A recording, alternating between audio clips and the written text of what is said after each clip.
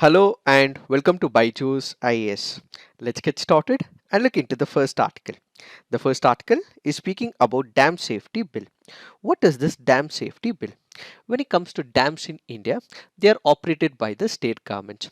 They are built by the state government. They are also run by the state government. Why? Because water happens to be present in the state list. But there are states that have their own protocols for the safety. This has also resulted in failure of the dams. This has also resulted in loss of lives as well because of the disaster struck by the dam failures. In order to overcome all these issues, what we required is one uniform bill, and this uniform bill for the entire country proposed by the central government is what is called as dam safety bill. So the dam safety bill proposes to help all the states and union territories in India adopt uniform dam safety procedures. What is the objective of this bill? It aims to provide for surveillance, inspection, operation and maintenance of specified dam for prevention of dam failure related disasters, and also to provide institutional mechanism to ensure their safe functioning.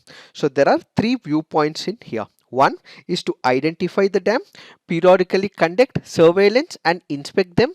Followed by this, there will be prevention of the dam related disasters, and for which what we require is an institutional mechanism. An institutional mechanism will be established as part of this process. Let us try and understand what was the reason why the central government had to come up with this dam safety bill. India currently ranks third globally with around 5,745 large dams in operation. According to National Register of Large Dams prepared in 2019 by the Central Dam Safety Organization, in the Central Water Commission, 67 dams were built prior to the 20th century, 1039 dams during the first 70 years of the 20th century. This basically means that these dams are old, their foundations might have become weak, and as a result, it can result or it may result in future disasters. And when such disaster occurs in a particular region, there will be economic losses and there will be loss of lives as well. In order to prevent them, the central government feels that what we require is a uniform structure in the form of a law so that we can prevent the disasters occurring from dam safety.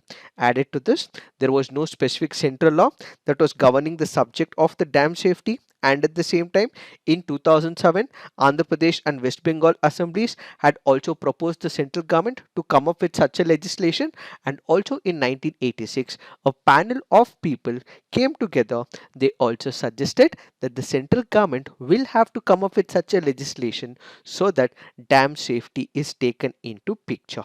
So which is why we have the central government which has come up with the establishment of the institutional mechanism, which happens to be its core objective to protect the dams in India. What is this institutional mechanism? When we speak about dam safety, what we need is an institution which will monitor the threats with respect to the dam, which will inspect periodically and monitor and update as to how dams can be constructed. So there is a policy initiative and a policy guideline, and we also require an institution which will be able to implement these processes and policies formulated by the other institution. In order to make the policies, what we have is the National Committee on Dam Safety. In order to implement the policy, what we have is National Dam Safety Authority. So what is the function of the National Committee on Dam Safety? Basically, this will have a 3-year tenure. This will have people from the Central Water Commission, where the chairman will be the chairman of the Central Water Commission. There will be a maximum of 10 representatives from the central government. There will be about 7 representatives from various state governments, and 3 experts with respect to the dam will also be part of the National Committee on Dam Safety. So what will they do? They will basically formulate the policies and regulations with respect to the dam safety, analyze the causes of the major dam failures, and suggest what safety precautionary measures will have to be taken to prevent the dam failures. This is what is the power given to the National Committee on Dam Safety. Then we have the National Dam Safety Authority. So we need one of the institutions to implement whatever is being suggested by the National Committee on Dam Safety. So the implementing authority which will implement policies, address unresolved issues between the states is called as the National Dam Safety Authority. At the state level, the bill also provides for the constitution of one of the organizations called as the State Dam Safety Organization. It is this organization which will investigate, gather data from multiple perspectives.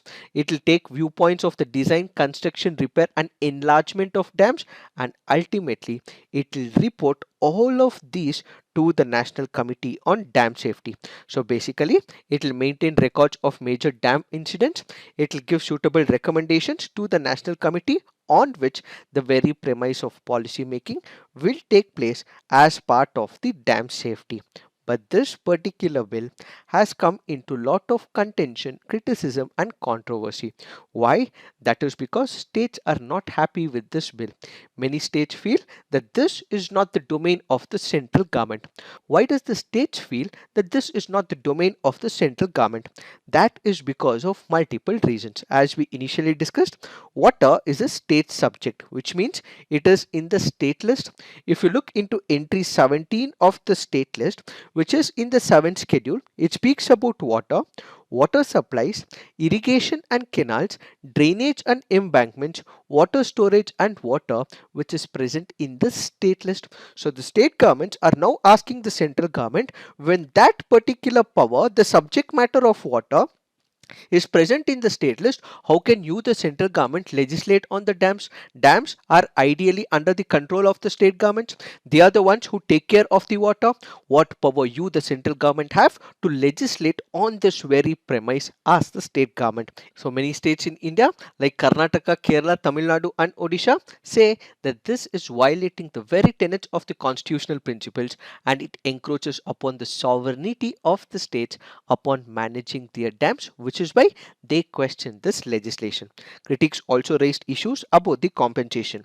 What if there is a failure of a dam? What if it leads to economic losses? What if it leads to loss of lives? What if people have to be compensated? This bill does not speak about the compensation and has not narrated instances. If there is a dam failure, who will pay the compensation to the people is yet not clarified in this bill. Added to this, there are concerns raised by some states like Tamil Nadu. What are the concerns raised by states like Tamil Nadu? Let's take the example of Mulla Periyar. Where is Mulla Periyar? It is in the state of Kerala. But who operates it? It is being operated by Tamil Nadu. There are similar other dams like Parimbukulam, Tunakdavu, Peruvaripallam. These are some of the dams which are present in some other state, but it is operated by some other state authorities. So this particular bill also creates a problem for those states. Why? Because according to the legislation, wherever that particular dam is located, it is those authorities who would be able to govern with respect to that dam. If this particular power is given to the states where the dams are located, Tamil Nadu will have no more control on the dams like Mulla Periyar, which is why it has voiced its concerns. So currently, the rights of these dams are governed by the pre-existing long-term agreements among the states. For example, Tamil Nadu and Kerala, where the dam might have been situated in Kerala, but it is being operated by Tamil Nadu. The provisions in the new bill says the dam will be controlled by the state where the dam is located, which means some of the powers of the state which are currently running the show will be completely taken off. But how was the center able to legislate? If water is a subject of the state domain, how was the center able to legislate? Which is where we have to look at provision 56 of the union list. If we look into subject matter 56 of the union list, it speaks about regulation and development of interstate rivers. What are these interstate rivers? These are the rivers which flow through multiple states. Let's take the example of Kaveri. Let's take the example of Krishna, or let's take the example of Godavari. These are the rivers which not only restrict to one single state but flow through multiple states. So the central government feels majority of the rivers in India does not stick to one particular state but moves through different states has interterritorial jurisdiction, which is why we the central government can legislate, and that is how the central government, making use of entry 56 of the union list, is able to legislate on this particular bill. What is the way forward? As of now, we have the state governments which have voiced their opinion. Why? Because they feel it impinges on the federal structure. They feel it's a violation of the constitutional principle. So what should the central government do? It should either give it to one of parliamentary committees, or it should take the viewpoints of the state governments and ensure that their voices are also part of this particular legislation. It is this that we have to understand in reference to this article. Now let's look into the next article. This article here is speaking about gold hallmarking. What is it? We have the Government of India which has made hallmarking of gold jewelry mandatory in the country. And who will implement it? This will be implemented by the Bureau of Indian Standards. Let us try and understand what is this gold hallmarking all about, what are the advantages and how it will help the country. When it comes to hallmarking of gold jewelry, what is it? This is a quality certificate. Quality certificate which will be issued by the Bureau of Indian Standards, which guarantees the purity of gold in certain types of jewelry. What would happen whenever we buy gold? We are in an apprehension. We are also in fear that whether this particular gold is real or not, had it been fake or not, will it be the right gold or not, what if it's a counterfeit gold. All these are the regular questions that comes to our mind when it comes to the buying of gold. In order to remove this, what we have is one of the certifications which will check the quality of the gold, and such certificate which is being issued by the Bureau of Indian Standards is what is called as gold hallmarking. So basically, when it comes to gold, gold is nothing but a light metal, and this can be bent very easily as well. So in order to make it strong and hard and durable, what jewelers also add is other metals with it. Otherwise the ornament would not stay in that particular form. But what if other metals are added more in quantity in comparison to gold? That means the quality of the gold will not be right. So testing whether the gold quantity is right or not, whether the quality of gold given to the people are right or wrong, is it fake or counterfeit, all of this will be provided in one of the certifications called as the gold hallmarking certification. So basically, the hallmarking system is there to ensure that the jeweler is not adding more other metals in comparison to the gold. How will this be certified? You will have a registered jeweler who has to submit jewelry items for hallmarking to a BIS recognized assaying and hallmarking center. So one, you will have the jeweler. It can be Tanishq, it can be Davanam jewelers, or any of the jewelers, Malappuram jewelers. So these people will have to give it to the assaying and hallmark centers. These assaying and hallmark centers will have to get initially permission from the Bureau of Indian Standards. So such a body will give this particular certificate where it will basically have the Bureau of Indian Standards logo on the jewelry. It will give the purity of the gold, assay centers mark, jeweler's identification mark, and year of hallmarking. So basically this is one such example. So when you're buying the jewelry, all these aspects will have to be included. To give effect to this particular process, what we have is a hallmark unique identification. What is this hallmark unique identification? Basically, it will be a 6-digit alphanumeric code. Alphanumeric means it will also have an alphabet.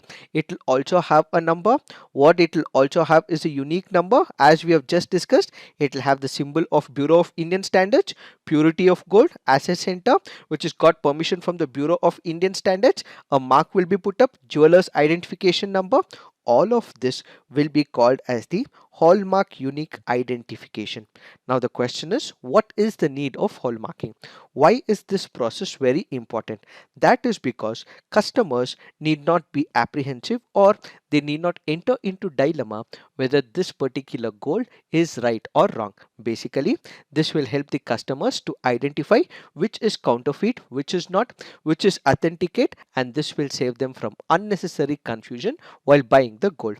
This will also enhance the credibility traceability of the giver of the gold. This will also ensure that these customers need not have to go and check in multiple centers. Why? Because we already have an established institution which is during this, and all the confusion can be completely relieved.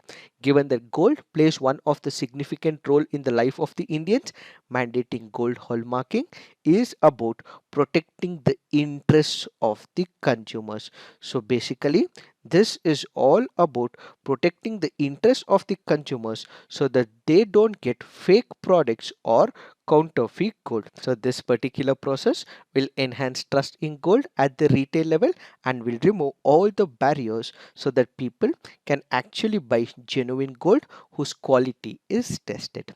It is this that we have to understand in reference to this article.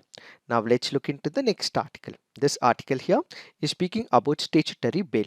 This becomes important from polity perspective. Why? Because UPSC in the past year has also asked questions with respect to the code of the criminal procedure. Let us try and understand what is this concept of statutory bail. When it comes to the principles of polity, we know from the fact that a person arrested by the police officers will have to be surrendered right in front of the court of law within 24 hours. This exempts the traveling time as well. What if the police officers are not able to investigate, they are not able to find out the evidence, and they are not able to give it to the court of law? So this particular person will not be immediately released. What they will also go through is a process where they are either in police custody or in the judicial custody. So 57 of the CRPC says that person arrested not to be detained more than 24 hours, and if he has to be detained for more than 24 hours either in the judicial custody or in the police custody, this will require permission from the magistrate. How many days can this person not prosecuted by the court of law but be under the police or the judicial custody? Under section 167 of the CRPC, an accused can be detained in custody for a maximum of 90 days. So a person who is yet not prosecuted, is not convicted by the court of law, can be put in the custody for a maximum of 90 days. For what type of crimes? For a crime which is punishable with death, life imprisonment, or a sentence of over 10 years. If a person who's committed an illegal act for which punishment is death or life imprisonment or a sentence where he will be punished for more than 10 years, in all these cases he can be under the custody for a period of 90 days. It is 60 days of detention if the investigation relates to any other offense. So this means that during this particular process, the police will have to get all the evidence. The prosecuting authorities will have to prove to the court of law that it is this person who's committed such an act. So it is 90 days for such and such activity, and it is 60 days for any other offense. What if he is booked under some other law? This is generally what happens if he is booked under Indian Penal Code. But what if he is culpable under some other law? Let's take for example Narcotics, Drug and Psychotropic Substances Act.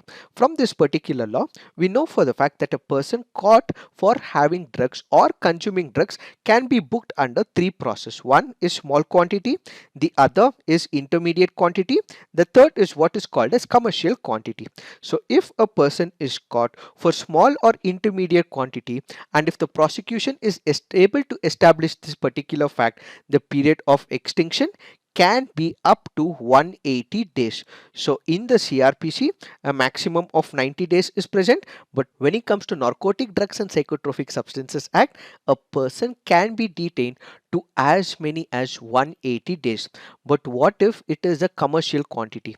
In such a case, it can be extended up until 1 year, but the public prosecutor will have to indicate to the court of law that they have substantial evidence during this particular process. Added to this, if we consider the Unlawful Activities Prevention Act, the maximum days that they would be able to detain this particular person is 90, and this can also be extended by another 90 days, which is 180 days in total, where the public prosecutor will have to convince to the court of law that they have enough evidence that it is this person who's committed so and so act according to this particular legislation. So if they are granted permission, they would be able to detain that person for a period of 180 days. However, what if after the maximum number of days, the police authorities, the investigating agencies are not able to prove to the court of law? In such a case, if the police authorities are not able to prove it is so and so person who's committed this particular crime, in such a case, bail can be given to this person by the court of law called as the statutory bail. So the statutory bail is one which is given to the accused when the police authorities fail to give evidence within the maximum period as prescribed by the CRPC or under any other law in picture. Why is this limit set under the CRPC?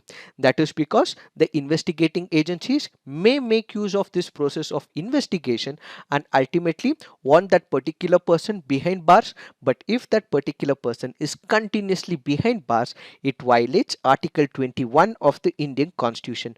What we have is due process of law. This due process of law will get violated if that particular person is not given a limit, and ultimately the objective of the CRPC also ensures that there is fair trial even to the accused. This results in expeditious investigation, and what we have is a rationalized procedure. If all of these evidences not given to the court of law within this prescribed time limit, in such a case, this particular person, the accused, can go to the court of law, has the right to bail regardless of the nature of the crime, but such a right should be claimed by the person who is in custody. So the person who is in the custody, police or the judicial custody, can ask the court of law for a bail. Such a bail is what is called as default bail or a statutory bail, which is a right given to the accused if they are not able to provide evidence to the court of law. It is this that we have to understand in reference to this article. Now let's look into the next article. This article here is speaking about Omicron. There are about two articles. From the examination point of view, we have to understand two important parameters. The Union Health Ministry has stated that all the standard RT-PCR tests coupled with genome sequencing are effective in detecting the Omicron. That is one pointer. The other pointer is with respect to the variant of concern. What is this variant of concern? We did discuss about the transmissibility. We did discuss how it can be more infectious as well in our previous CNAs. But how will the World Health Organization identify? What are the stages when it comes to assigning the variant of concern? When it comes to the World Health Organization, it has three parameters. One is what is called as the variant of interest, second followed by the variant of concern, and third is what is called as variant of high consequence. So the World Health Organization first assigns a virus called as the variant of interest. What is this variant of interest? Basically, this is one of the type of variant of a particular virus which has discrete clusters of infection in that particular country. There seems to be a sudden surge of cases in a particular country. That is what is called as variant of interest. So we have a virus, there is variants that are coming out of this particular virus. So when a virus is undergoing variants, the first stage it is assigned a name, and that name is called as the variant of interest. So remember, during this particular process, this particular virus may be contagious as well, and it is not so dangerous as the variant of concern. So the first stage of assignment is what is called as variant of interest. The second stage is what is called as variant of concern. What is this variant of concern? It means it is much more contagious and can cause severe disease as well. It may also reduce the effectiveness of the existing therapeutics, existence of the vaccines may not work efficiently as well, and people who have been previously infected, let's say for example the COVID-19, they may also be impacted by the new strain as well. So people who were impacted by the earlier virus. Now the new variant is also affecting them. The natural immunity is not working.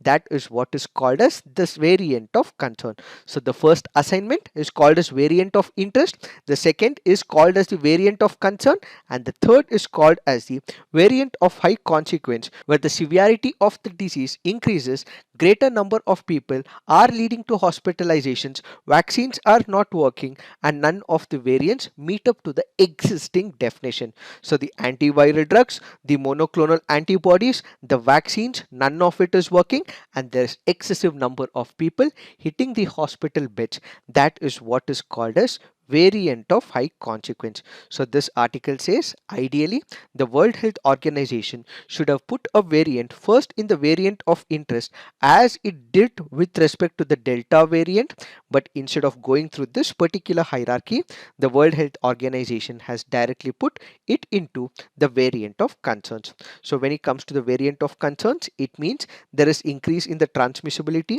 or a detrimental change in the COVID-19 epidemiology, increase in virulence or change in the clinical disease presentation, and decrease in effectiveness of public health and social measures, including vaccines, therapeutics, and diagnostics. In such a case, a variant will be called as the variant of concern. Before all these steps are formulated, we have what is called as variants being monitored. It means that they are still being monitored by the respective country. Those that are listed in this category may have mutations. They could also be in the risk in the near future, but as of now, there is not much evidence about the negative consequences. Hence, they are constantly being monitored, which is what is called as variants being monitored, where there may be a point of issue in the near future. Now let's look into the mains practice questions. Does the dam safety bill infringe upon the federal structure? Critically examine. What do you understand by gold hallmarking? What are its benefits? So please write all your answers on the comment section. Peer review. Do give positive feedback to your friends' answers. So that's it for today. Thank you for watching. All the best.